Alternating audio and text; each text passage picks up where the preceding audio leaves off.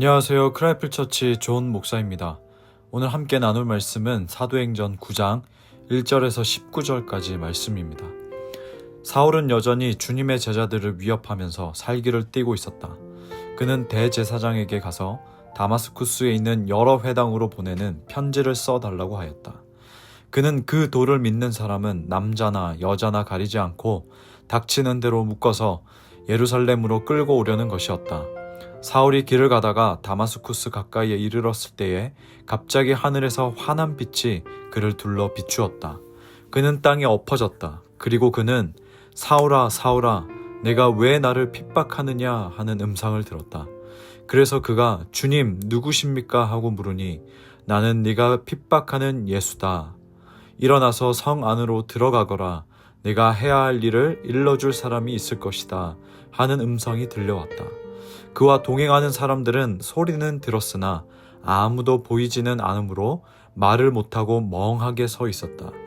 사울은 땅에서 일어나서 눈을 떴으나 아무것도 볼 수가 없었다. 그래서 사람들이 그의 손을 끌고 다마스쿠스로 데리고 갔다. 그는 사흘 동안 앞을 보지 못하는 상태에서 먹지도 않고 마시지도 않았다. 그런데 다마스쿠스에는 아나니아라는 제자가 있었다. 주님께서 환상 가운데서 아나니아야 하고 부르시니 아나니아가 주님 여기 있습니다 하고 대답하였다. 주님께서 아나니아에게 말씀하셨다. 일어나서 곧은 길이라 부르는 거리로 가서 유다의 집에서 사울이라는 다소 사람을 찾아라. 그는 지금 기도하고 있다. 그는 환상 속에 아나니아라는 사람이 들어와서 자기에게 손을 얹어 시력을 회복시켜주는 것을 보았다. 아나니아가 대답하였다. 주님, 그가 예루살렘에서 주님의 성도들에게 얼마나 해를 끼쳤는지를 나는 많은 사람들에게서 들었습니다. 그리고 그는 주님의 이름을 부르는 사람들을 잡아갈 권한을 대제사장들에게서 받아가지고 여기에 와 있습니다. 주님께서 그에게 말씀하셨다. 가거라. 그는 내 이름을 이방 사람들과 임금들과 이스라엘 자손들 앞에 가지고 갈 내가 택한 내 그릇이다. 그가 내 이름을 위하여 얼마나 많은 고난을 받아야 할지를 내가 그에게 보여주려고 한다. 그래서 아나니아가 떠나서 그 집에 들어가 사울에게 손을 얹고 형제 사울이여 그대가 오는 도중에 그대에게 나타나신 주 예수께서 나를 보내셨어. 그것은 그대가 시력을 회복하고 성령으로 충만하게 되도록 하시려는 것이요 하고 말하였다. 곧 사울의 눈에서 비늘 같은 것이 떨어져 나가고 그는 시력을 회복하였다. 그리고 그는 일어나서 세례를 받고 음식을 먹고 힘을 얻었다. 아멘. 지난 본문에서 짧지만 아주 강렬했던 사울의 모습이 이제부터는 본격적으로 나타나기 시작합니다. 본문 1절을 보면 사울은 여전히 스데반과 같은 주님의 제자들을 잡기 위해서 살기가 가득한 모습으로 활동하고 있었습니다. 그런데 우리가 지난 본문과 같이 그리고 1절에 나와 있는 모습과 같이 우리가 알고 있던 사울의 모습은 얼마 가지 못합니다. 이 사울은 예루살렘에서부터 이 북동쪽으로 200km 이상 떨어진 이 다마스커스까지 가서 예수를 믿는 사람들을 발견한다면 다시 예루살렘으로 잡아오기 위해서 여러 회당으로 가져갈 공문을 요청합니다. 바로 대제사장에게 공문을 요청하죠. 이 다마스커스는 상업 도시였기 때문에 유대인들이 많이 거주했고 따라서 회당도 많았기 때문에 공문이 있다라면 더 공신력을 가지고 힘있게 활동할 수 있었습니다. 이 사울은 야심찬 이 계획을 가지고 다마스커스로 가는데 거의 도착할 때쯤에 하늘로부터 엄청난 빛이 비추기 시작했고 이것 때문에 사울은 일시적으로 실명하게 됩니다. 그리고 이어서 음성이 들려옵니다. 나는 네가 박해하는 예수다. 그리고 예수님은 사울에게 일어나서 시내로 들어가라고 하셨고 사울과 동행했던 사람들은 빛은 보지 못하고 소리만 듣고 놀란 상태로 있었습니다. 그리고 사울은 예수님께서 말씀하신 것을 들었고 또 동행했던 사람들도 빛은 보지 못했지만 그 음성을 들었기 때문에 다마스커스 시내로 가게 되죠. 참 재밌는 것은 사울은 사실 이 다마스커스에서 특정 대상들, 주님의 이 제자들을 발견해서 찾아내서 끌고 가려고, 다시 예루살렘으로 끌고 가려고 했는데 오히려 지금은 동료들의 손에 끌려가고 있다라는 겁니다. 사울은 사실 예수 공동체를 붙잡으려고 그렇게 혈안이었고 열심이었는데 오히려 예수님께 붙들려서 예수님의 그 다음 메시지를 기다리라는 음성을 듣습니다. 9절, 그는 사흘 동안 앞을 보지 못하는 상태에서 먹지도 않고 마시지도 않았다. 오늘 본문에 이렇게 기록되어 있습니다. 근데 이 기간 동안, 이 사흘이라는 시간 동안 이 사울은 단순히 안 먹는 것이 아니고, 단순히 가만히 있는 것이 아니고, 아마도 사울은 다마스커스 길 위에서 이 예수님을 만난 사건을 떠올리면서 기도를 했을 겁니다. 이 두 가지로 볼 수 있는데요. 첫 번째는 자신은 교회를 핍박했는데 예수님은 나타나셔서 네가 나를 박해한다라고 그렇게 말씀하셨어요. 예수 그리스도의 몸된 교회, 예수님과 교회의 이 연합을 통해서 이 땅의 교회는 그분의 몸이 되었는데, 교회를 핍박하는 것이 예수님을 핍박하는 것이구나, 이렇게 사울은 생각했을 것입니다. 그리고 두 번째, 사울은 주님, 당신은 누구십니까? 라고 질문했어요. 여기서 사울은 주님은 예수님이 아니었습니다. 아마 여호와 하나님 같은 분이라고 그렇게 구약의 하나님의 이미지를 떠올리면서 주님, 당신은 누구십니까? 라고 질문했을 겁니다. 그런데 돌아오는 대답은 뭐죠? 네가 박해하는 예수다입니다. 사울이 그동안 자신이 배웠던 것, 그리고 세워져 있었던, 굳건하게 자리하고 있었던 그 유대교의 신학적 체계가 완전히 무너졌습니다. 나사렛 사람 예수가 하나님의 아들이라니.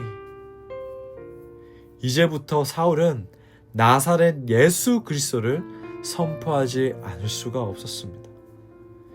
예수님께 사로잡혀서 자신이 이전에 자랑하던 그 율법의 의는 완전히 쓰레기가 되어버리고 예수 그리스도가 자신의 전부가 되었습니다. 빌립보서 3장 13절 말씀에 나오죠. 뒤에 있는 것은 내가 잊어버리고 앞에 있는 것을 잡으려고. 이제 바울에게 새로운 경주가 시작된 겁니다. 뒤에 있는 것은 다 잊어버리고 앞에 있는 것을 잡기 위한 새로운 경주입니다. 뒤에 있는 것, 그동안 자신이 쏟아부은 모든 열심이 배설물로 여겨지고 그 사울 안에 내면과 그리고 외면에 가득 찼던 여전했던 살기가 잘라져 나가고 떨어져 나가고 덜어져 나가고, 아마 그런 회심의 시간이었을 겁니다.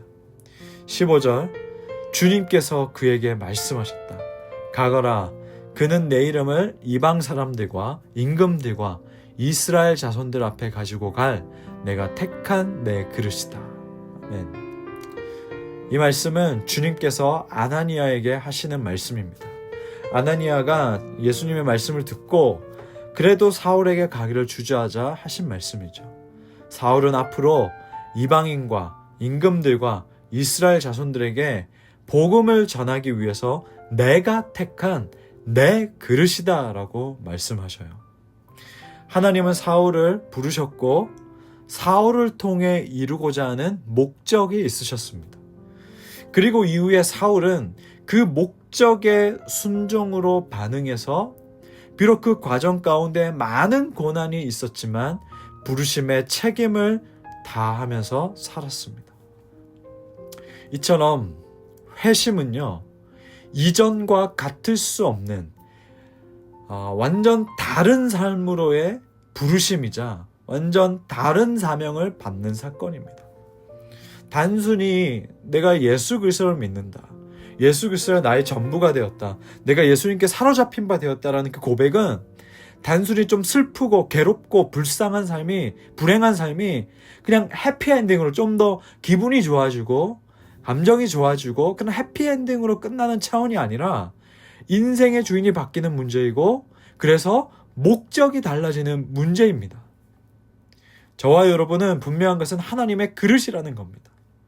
내 인생 내 그릇이라고 생각해서 내 밥그릇 해결하기 위해 내 밥그릇 꾸며내기 위해서 이 땅을 살아가는 것이 아니고 우리가 주님의 소유된 그릇이라면 이제 나는 그분의 그릇으로 쓰임받아야 하는데 주님은 내 그릇을 통해 어떤 목적을 이루시려고 하실까?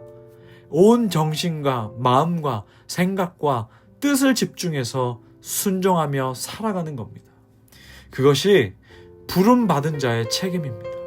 이것이 우리가 이 땅에서의 본분이에요. 본분을 다하는 모습, 삶이라는 겁니다.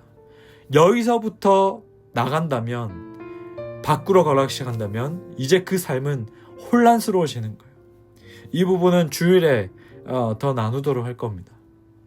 여러분, 여전히 내가 생각하는 하나님, 내가 생각하는 그 말씀 해석에 사로잡혀가지고 내가 생각하는 그냥 열심으로 적당한 그 모습으로 괜찮은 인생 산다고 생각하면서 살아가는 것이 아니고 여러분에게 꼭 반드시 예수 그리스도로 인해서 완전히 항복하는 시간과 사건이 있기를 기도합니다.